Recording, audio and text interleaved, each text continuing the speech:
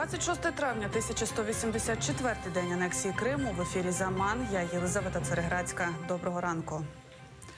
Закликів до насилля, до невизнання кордонів Росії та розпалювання міжнаціональної ворожнечі у коментарі Сулеймана Кадирова немає. Такий висновок зробив експерт по судово-психолого-лінгвістичній експертизі. Про це заявив адвокат Джеміль Темішев.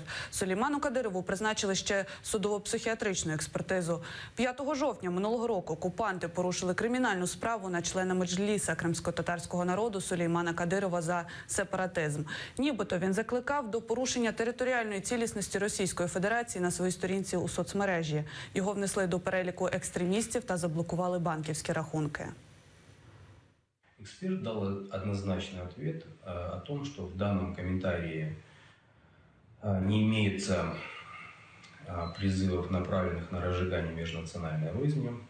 Также там не имеется призывов к насилию. Эксперт также указал, что в данном комментарии не имеется призывов, направленных на нарушение территориальной целостности Российской Федерации, непосредственно в самом комментарии. У зоні АТО бойовики обстріляли з забороненої мінськими домовленостями зброї житловий сектор міста Красногорівка Донецької області. Пошкоджені місцеві лікарні і декілька житлових будинків. Через обстріли та руйнування лікарня деякий час не зможе працювати в повному обсязі та надавати допомогу мешканцям Красногорівки та сусідніх населених пунктів. В результаті бойових дій минулої доби 5 військовослужбовців Збройних сил України зазнали поранень. Двічі вчора загарбники також били і по житлових кварталах. Найбільша кількість порушень бойовиками тиші, майже 30 обстрілів, зафіксовано на Приазов'я. Там близько 21-ї години противник обстріляв наші опорні пункти на підступах до Красногорівки з мінометів різних калібрів, озброєння танку та бойових машин піхоти, зенітної установки і піхотного озброєння.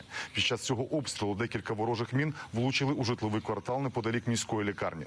На щастя, ніхто не постраждав. Втім, декілька навколишніх будинків були пошкоджені.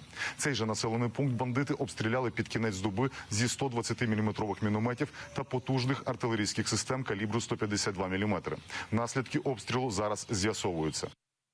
Самопожертва на полі бою. Собака на ім'я Рекс прикрив собою в зоні АТО від обстрілу 2 бійців і врятував їм життя. Важко пораненого пса рятувальники-волонтери привезли лікарям. У нього була серйозно пошкоджена шия, грудна клітка, роздроблена лапа. Лікари у Торецьку, воєнний анестезіолог та 2 хірургів 1,5 години боролися за життя тварини. Собака вижив. Взаємопорозуміння у відношенні до подій в Україні та основних демократичних цінностей знайдено, але загального підходу до Росії немає. Такі результати переговорів між головою Ради Євросоюзу Дональдом Туском та президентом США Дональдом Трампом. Американський президент взяв участь у саміті держав-членів НАТО, який проходив у Брюсселі. Что придает нашему сотрудничеству и дружбе глубочайший смысл, это наши фундаментальные западные ценности, такие как свобода, права человека, уважение человеческого достоинства.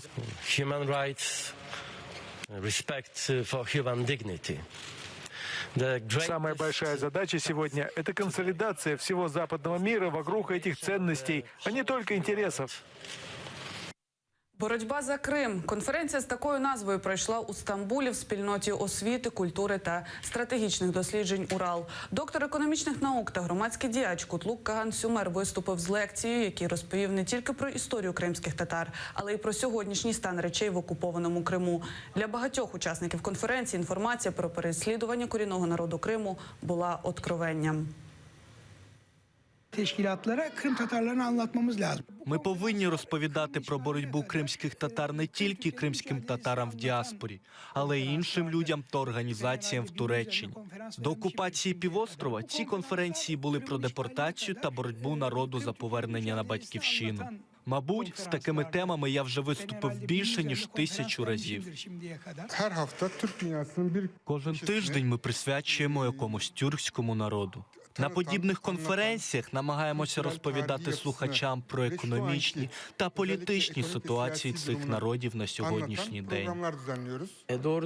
Чесно кажучи, я багатого не знав до сьогоднішньої конференції. Особливо для мене було невідомим негативні відносини України та Росії до кримських татар протягом багатьох років. Я думаю, що потрібно більше розповідати про кримських татар.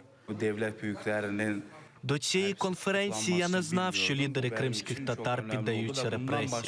Не знав, якими шляхами вони поверталися на батьківщину.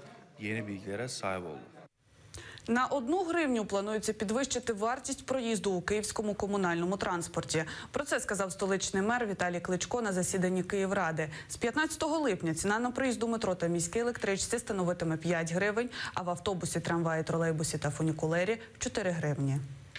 Ми плануємо підвищення вартості проїзду в комунальному наземному транспорті і метро на 1 гривню. Але ці кошти не дотягують навіть до собівартості проїзду, хочу ще раз підкреслити.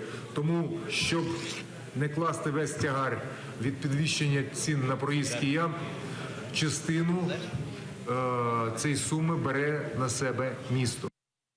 Імпортозаміщення не вдалося. Рефрижератор, який перевозив морожених курей з Краснодару неподалік від Керчі, потрапив в аварію. Водій не помітив вантажівку з металом, і машина врізалась у неї на повній швидкості. Прибирати груз довелося ескаватором та силами місцевого населення. Что с этими курами будет? Ничего, на утилизацию выкидывать будет.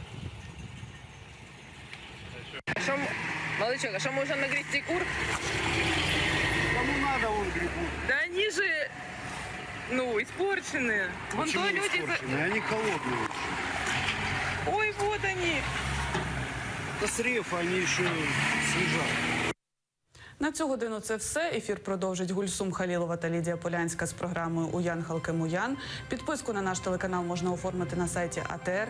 Ваша підтримка важлива для нас. Наступний випуск новин за годину. Залишайтеся з АТР.